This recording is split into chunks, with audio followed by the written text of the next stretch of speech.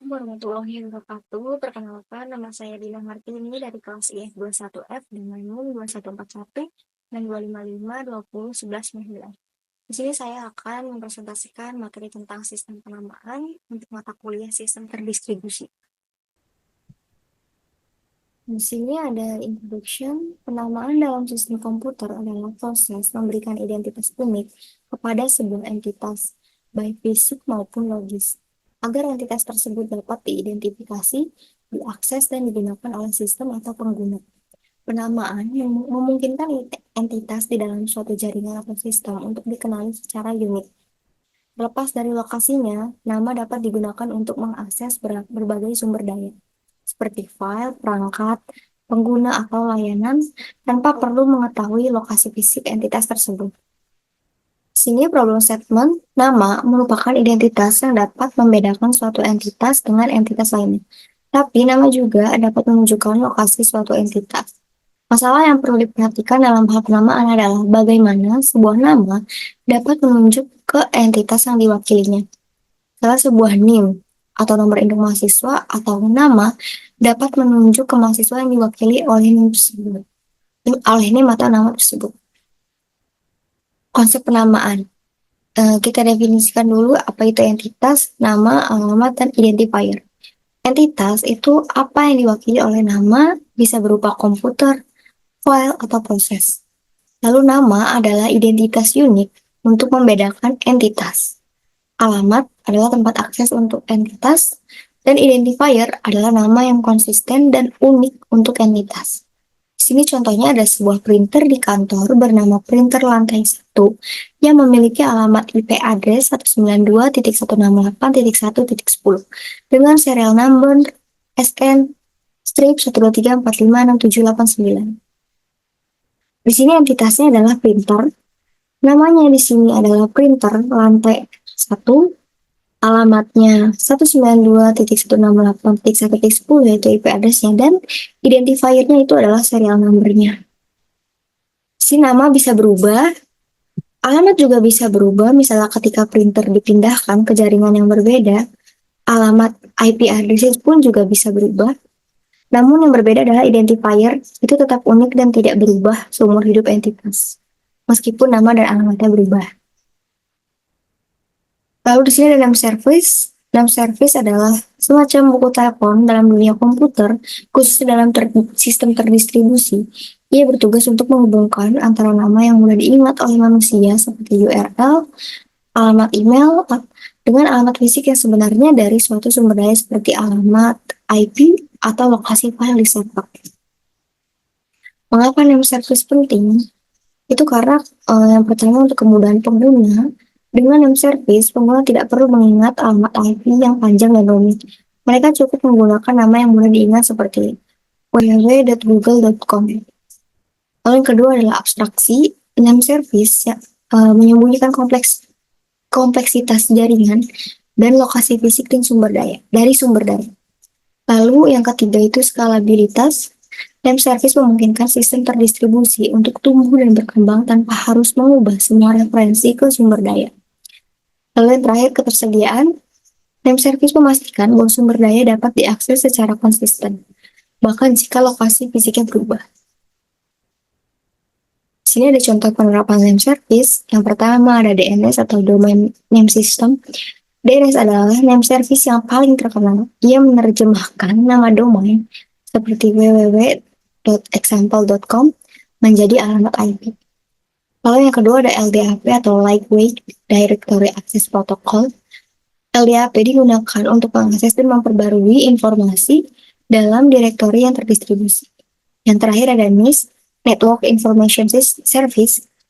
NIS digunakan untuk menyediakan informasi, konfigurasi, dan akun pengguna dalam jaringan Unix. Lanjut, jenis penamaan. Yang pertama itu ada flat naming. Flat naming itu memiliki karakteristik nama berupa karakter bit sederhana, tidak ada struktur untuk menemukan alamat entitas. Lalu teknik resolvingnya adalah broadcasting, multicasting, dan forwarding pointer. Nah, di sini ada metode resolusi namanya. Yang pertama, broadcasting atau multicasting. Dalam metode ini, sistem mengirimkan pesan ke seluruh jaringan atau sebagian besar jaringan, meminta entitas yang memiliki nama tertentu untuk merespon. Hanya entitas dengan nama tersebut yang akan menjawab dengan alamat. Contoh implementasinya adalah ARP atau Address Resolution Protocol yang digunakan untuk menemukan alamat MAC Media Access Control dari alamat IP dalam jaringan.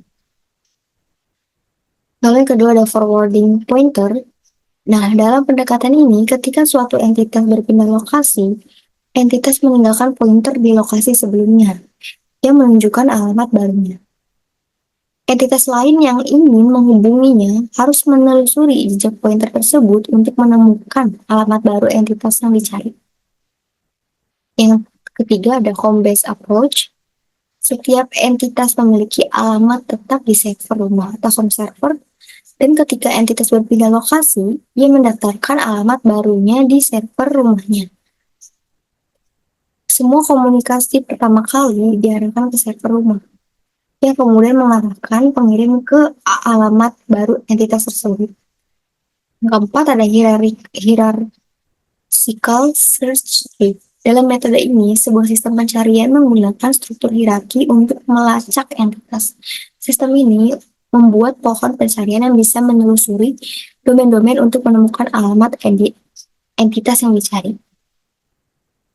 Lalu di sini ada kelebihan dan kekurangan flat naming. Kelebihannya itu kesederhanaan. Flat naming sederhana karena tidak memerlukan aturan atau struktur khusus dalam penamaan entitas. Lalu yang kedua, kelebihannya adalah fleksibel. Sistem flat naming ini dapat digunakan di berbagai lingkungan, karena nama entitas tidak terikat dengan lokasinya atau jenisnya. Lalu kekurangan flat naming adalah, yang pertama ada resolusi nama yang rumit. Karena nama tidak memberikan petunjuk tentang lokasi entitas, proses mencari entitas berdasarkan namanya bisa menjadi sangat sulit dan memakan waktu. Lalu kurangnya informasi kontekstual, karena tidak adanya struktur hierarkis dalam nama membuatnya sulit bagi manusia untuk memahami atau mengingat nama entitas berbeda dengan nama yang berstruktur atau struktur lainnya, yang bisa lebih mudah untuk diingat. Lalu ada contoh implementasi flat naming, itu ada MAC address. Setiap perangkat jaringan memiliki MAC address yang unik yang digunakan dalam komunikasi jaringan. MAC address adalah contoh dari flat naming karena tidak memberikan informasi tentang lokasi atau hierarki perangkat dalam jaringan. Yang kedua ada file hash. Dalam sistem penyimpanan terdistribusi seperti BitTorrent atau IPFS, atau filenya diidentifikasi oleh hash unik yang dihasilkan dari isi file itu sendiri. Hash ini adalah nama dari file tersebut, tetapi tidak memberikan informasi tentang lokasi di mana file tersebut disimpan. Lalu jenis yang kedua adalah structured naming.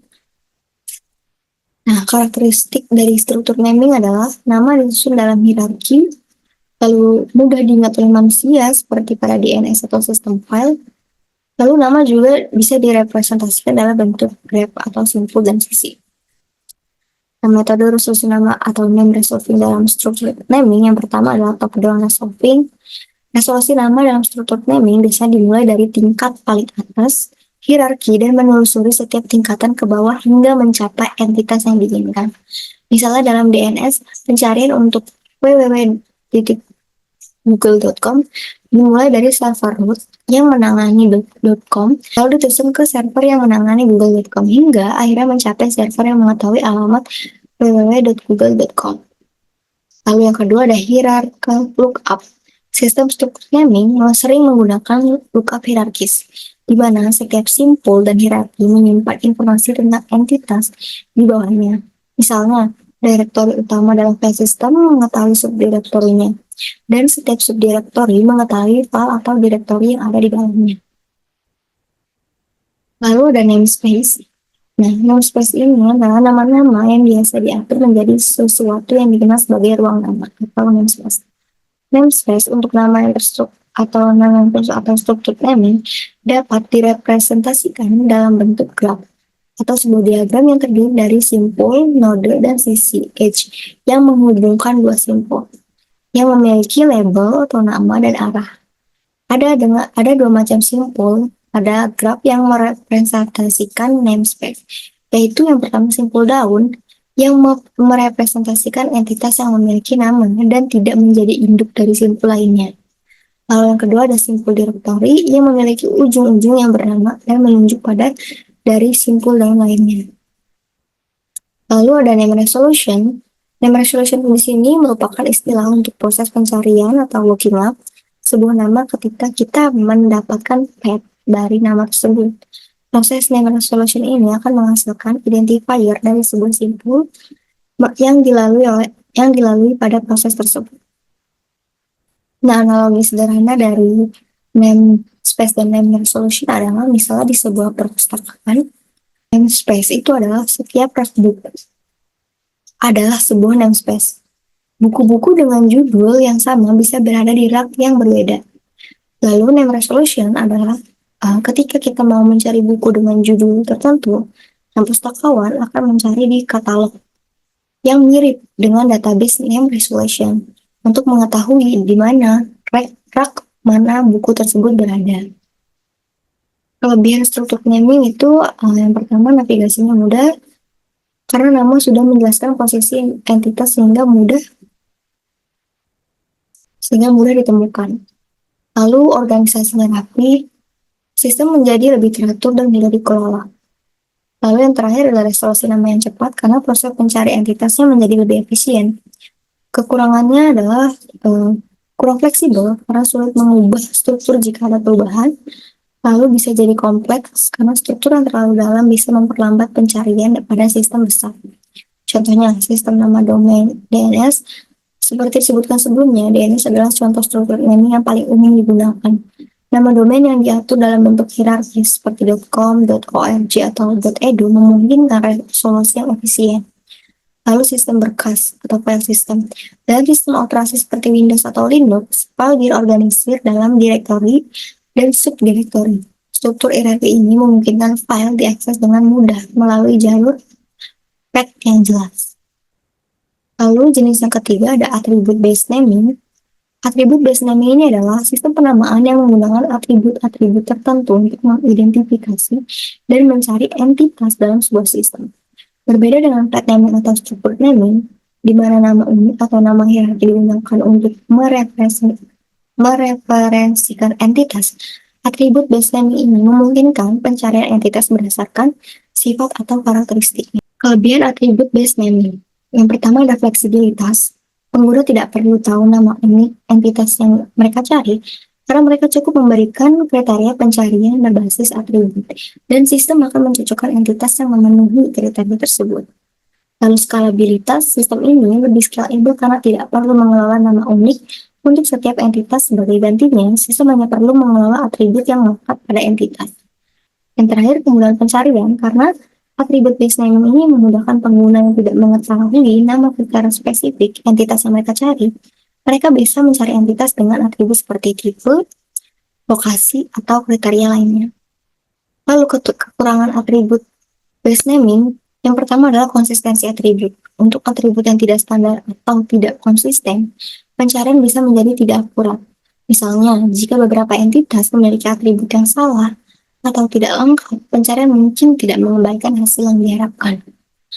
Lalu kinerja pencarian. Dalam sistem yang besar, pencarian berbasis atribut ini bisa menjadi lambat jika sistem tidak dioptimalkan untuk mencari berdasarkan atribut. Lalu ada teknik resolusi nama dalam atribut based naming. Yang pertama, querying by attributes, atau pencarian yang dimulai dengan memasukkan query berupa atribut-atribut yang ingin dicari.